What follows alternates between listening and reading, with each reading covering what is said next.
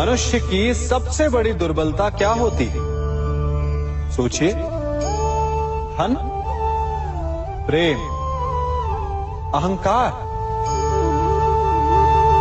मनुष्य की सबसे बड़ी दुर्बलता होती है उसके रहस्य। चाहे आप कितने भी शक्तिशाली क्यों ना हो, कितने भी प्रबल क्यों ना हो, परंतु उसके रहस्य उसके नाश की चाबी होती है।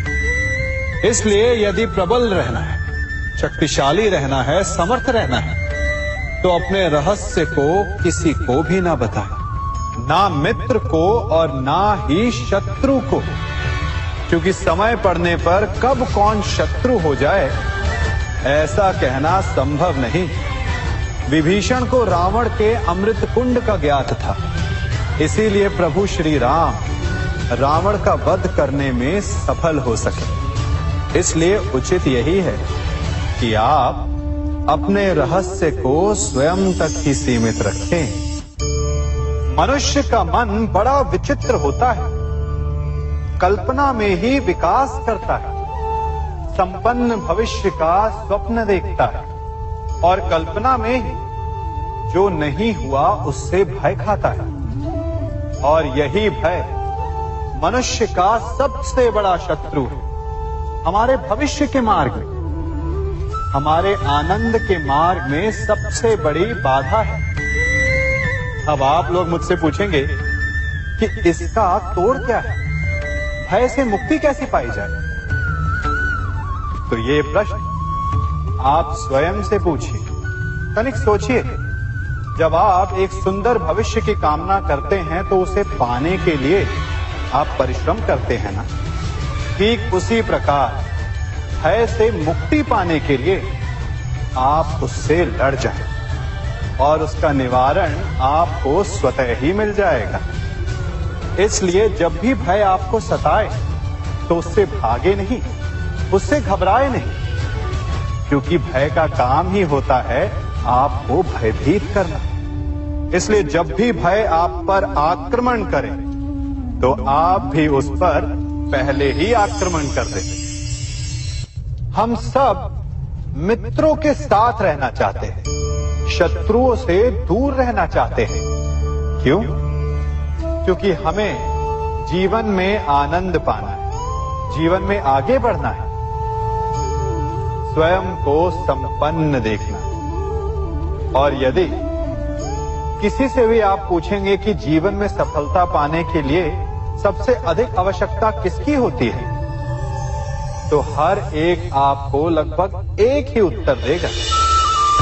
सफलता प्राप्त करने के लिए आपको सच्चे मित्रों की आवश्यकता होती है। परंतु यदि आपको और अधिक सफल होना है तो आपको केवल मित्रों की नहीं, शत्रु की अधिक आवश्यकता है। अब आप कहेंगे, ये मैंने कैसी बात कर दी? तनिक स्वयं सोचिए। जब भी संकट आता है तो मित्र क्या करते हैं? आपकी सहायता करने के लिए आपके साथ खड़े हो जाते हैं। और संकट के समय में शत्रु और बड़ा संकट बनकर हमारे समक्ष खड़े हो जाते हैं। मित्र हमें सहायता देते हैं, अपनी शक्ति देते हैं, परंतु शत्रु आपके भीतर छिपी शक्ति को बाहर लाता है, आपको और अधिक बलवान बनाता है। संगति या साथ, मित्र और साथी मनुष्य के व्यक्तित्व के लिए सबसे महत्वपूर्ण होते हैं। अब आप कहेंगे, ये कैसे? मनुष्य अवश्य अपने व्यक्तित्व के लिए उत्तरदायी होता है, परंतु मनुष्य संगति में ना चाहते हुए भी उसका व्यक्तित्व संगत की भांति हो जाता है। इन पात्रों को देख रहे हैं, मध्य में जल रखा है, इसमें दूध है और इसमें मलिन कीचड़ रखा है। यदि मैं इस जल को इस दूध में मिलाता हूं तो ये जल दूध बन जाता है, और यदि इसी जल को इस मलिन कीचड़ में मिलाता हूं तो क्या हुआ? ये जल कीचड़ बन गया। ऐसी कोई युक्ति नहीं कि जल बिना घुले मिले दूध या कीचड़ में अपना अस्तित्व बनाए रखे या उनसे अलग रहे। और ठीक ऐसा ही मनुष्य के जीवन में भी होता है। यदि एक गुणहीन व्यक्ति गुणवानों की संगत में बैठे तो उसे भी गुणवान समझा जाता है, सम्मान का पात्र समझा जाता है। और यदि एक गुणवान व्यक्ति गुणहीनों की संगत में बैठे तो उसे भी तिरस्कार मिलता है। इसलिए अपने जीवन में सदैव संगति सोच समझकर सावधानी से चुनिएगा। कभी खेत में किसी किसान को खेती करते देखा है? वो उसे सींचता है, उसे जोतता है, पशु पक्षियों से खेत की फसल की रक्षा करता है। परंतु एक बात का वो सबसे विशेष ध्यान रखता है कि कहीं खेत में खरपतवार ना उग जाए, क्योंकि एक खरपतवार खेत की सारी फसल को नष्ट कर सकती है।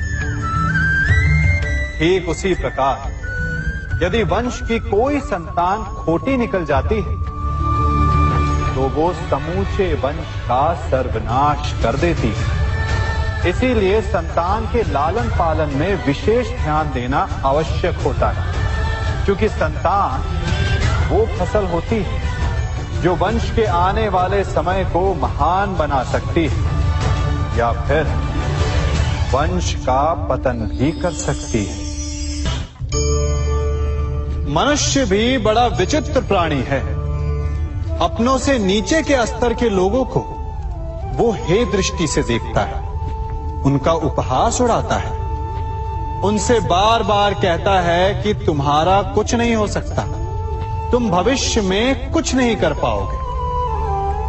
जब मनुष्य के पास धन संपत्ति मान होता है तो वो दूसरों का आदर नहीं करता, परंतु वो एक बात भूल जाता है कि उससे भी अधिक शक्तिशाली कोई अस्तित्व में है, और वो है समय। काल काल अपना चक्र कब बदलेगा ये कोई नहीं जानता। समय अपनी करवट कब लेगा ये कोई नहीं जानता। कोयला भी समय के साथ साथ हीरे में परिवर्तित हो जाता है। इसलिए जीवन में कभी भी किसी का भी उपहास नहीं उड़ाना चाहिए।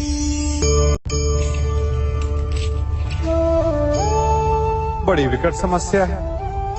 मुझे स्मरण ही नहीं हो रहा कि इस गुच्छे की कौन सी चाबी इस ताले को खोलेगी। बड़ी देर से प्रयास कर रहा, परंतु ये ताला खुल ही नहीं रहा।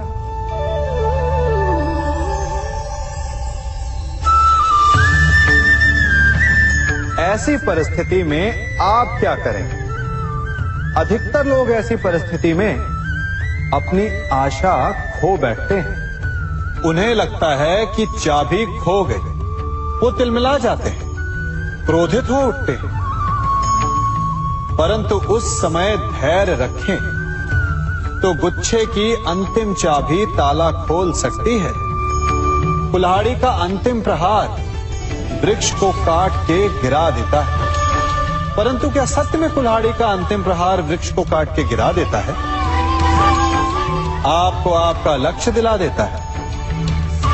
नहीं, आपका निरंतर प्रयत्न ही आपको सफलता दिलाता है। जब आपका मन निराश हो तो अपने कार्य में दुगनी उत्साह से जुट जाइए, क्योंकि अनावरत बहता जल ही कठोर चट्टान को काट सकता है। सफलता का मूल है परिश्रम, प्रयास और आशा। मनुष्य का जीवन ऋतुओं के समान होता है। आज ग्रीष्म तो कल वर्षा, परसों शीत। तनिक संकट आया तो हम संयम खो बैठते हैं, तनिक ऋतु बदली तो हम अधीर हो जाते हैं। अपने आक्रोश में, अपने क्रोध में हम उनसे ही संबंध बिगाड़ लेते हैं जो हमारे अपने होते हैं। क्यों ऐसा होता है ना?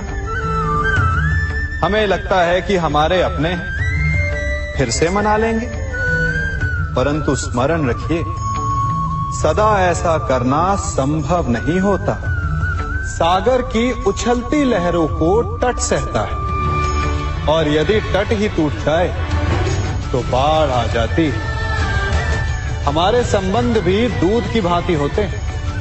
दूध तपकर उबल सकता है, परंतु यदि उसमें खटास आ जाए तो वो फट भी जाते हैं। और फटे दूध को चाहे जितना मत लो, उसमें से माखन नहीं निकलेगा। इसीलिए अपने संबंधों को संभल कर निभाना चाहिए।